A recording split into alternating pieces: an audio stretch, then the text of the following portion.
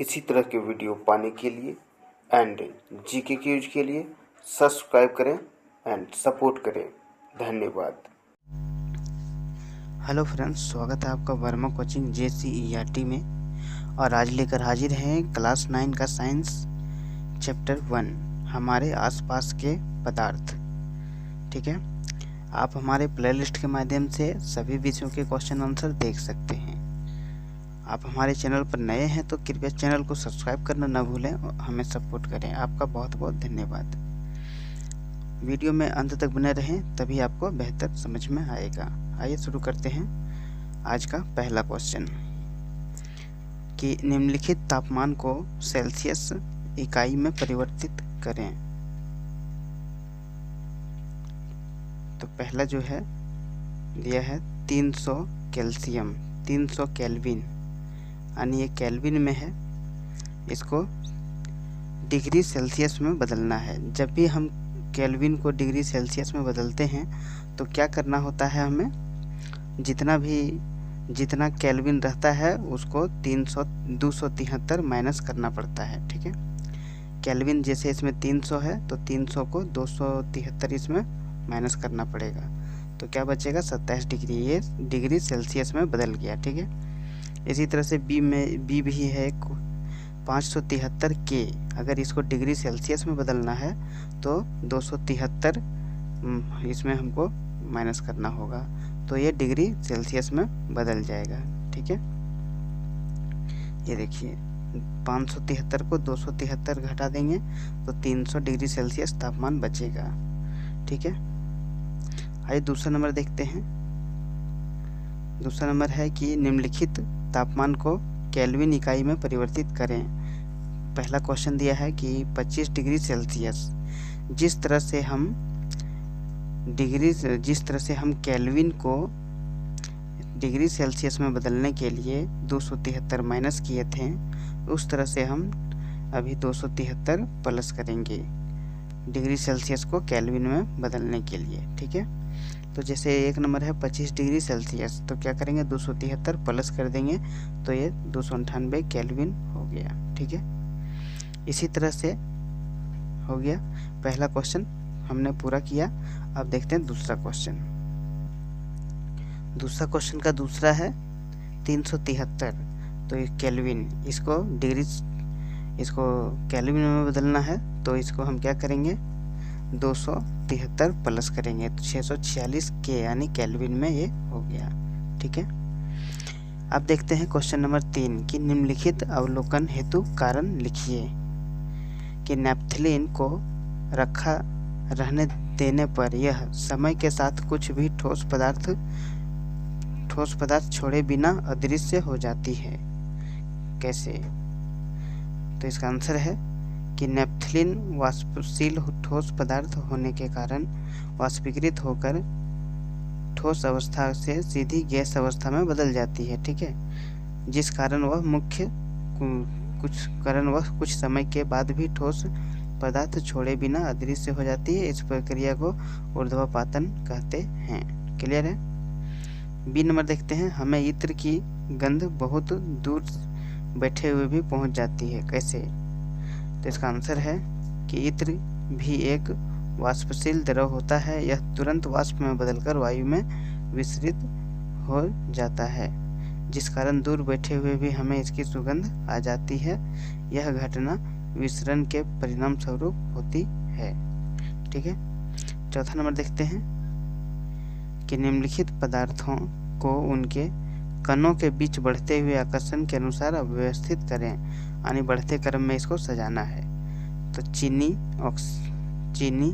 जल, चीनी और ऑक्सीजन, ये 3 दिया है। तो कणों के बीच बढ़ते क्रम में होगा, पहले ऑक्सीजन होगा, फिर जल होगा, उसके बाद चीनी होगा। क्लियर है? इसी तरह से हम देखेंगे क्वेश्चन नंबर 5 का कि निम्नलिखित तापमान पर जल की भौतिक अवस्था क्या है। तो 25 डिग्री सेल्सियस, तो क्या होगा इसका कि 25 डिग्री सेल्सियस पर द्रव अवस्था में पाया जाता है। 25 डिग्री जब तापमान रहता है तो जल जो है द्रव अवस्था में पाया जाता है, ये ध्यान रखेंगे आप। दूसरा है 0 डिग्री सेल्सियस। तो 0 डिग्री सेल्सियस पर जल ठोस अवस्था में पाया जाता है, यानी कि बर्फ बन जाता है 0 डिग्री सेल्सियस में, ठीक है। तीसरा है 100 डिग्री सेल्सियस। जल 100 डिग्री सेल्सियस पर क्या होगा, वो भाप बनकर उड़ जाएगा, यानी गैस बनकर उड़ जाएगा। क्लियर है। इसी तरह से हम देखते हैं क्वेश्चन नंबर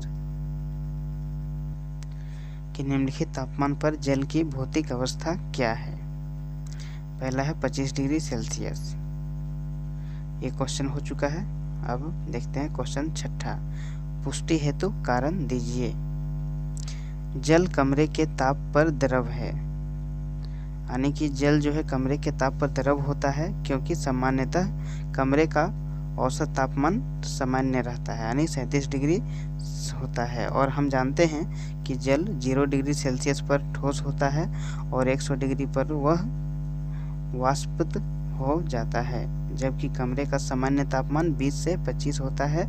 कमरे का यह तापमान 0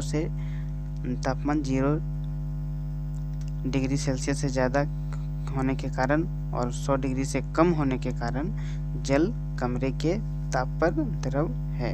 क्लियर है। आगे देखते हैं बी इसका कि लोहे की अलमारी कमरे के ताप पर ठोस है। लोहे का अलमारी कमरे के ताप पर ठोस है। तो जैसा कि आप जानते हैं इसका उत्तर कि लोहा बहुत अधिक कठोर होता है, जिस कारण इसका गलनांक बहुत अधिक होता है। गलनांक अधिक होने के कारण इसका पिघलना और पिघलकर द्रव बनना बहुत अधिक तापमान की आवश्यकता होगी, है ना। जबकि कमरे का तापमान बहुत अधिक नहीं होता है। कमरे का तापमान कम से कम 25 डिग्री सेल्सियस या इससे आसपास ही रहता है, इसलिए लोहे की अलमारी कमरे के ताप पर ठोस है। देखिए कमरा में लोहा का अलमारी रखा हुआ है, तो ये पिघलेगा क्यों? जब तक 100 डिग्री सेल्सियस लगभग ना हो जाए तो ये पिघलना मुश्किल है। तो कमरे का तापमान 25 से 30 डिग्री सेल्सियस रहता है, तो इसमें तो नहीं पिघलेगा। क्लियर है। आगे देखते हैं क्वेश्चन नंबर 7।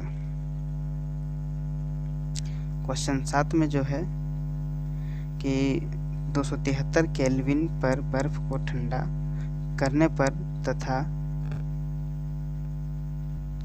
तथा जल को इसी तापमान पर ठंडा करने पर शीतलता का प्रभाव अधिक क्यों होता है।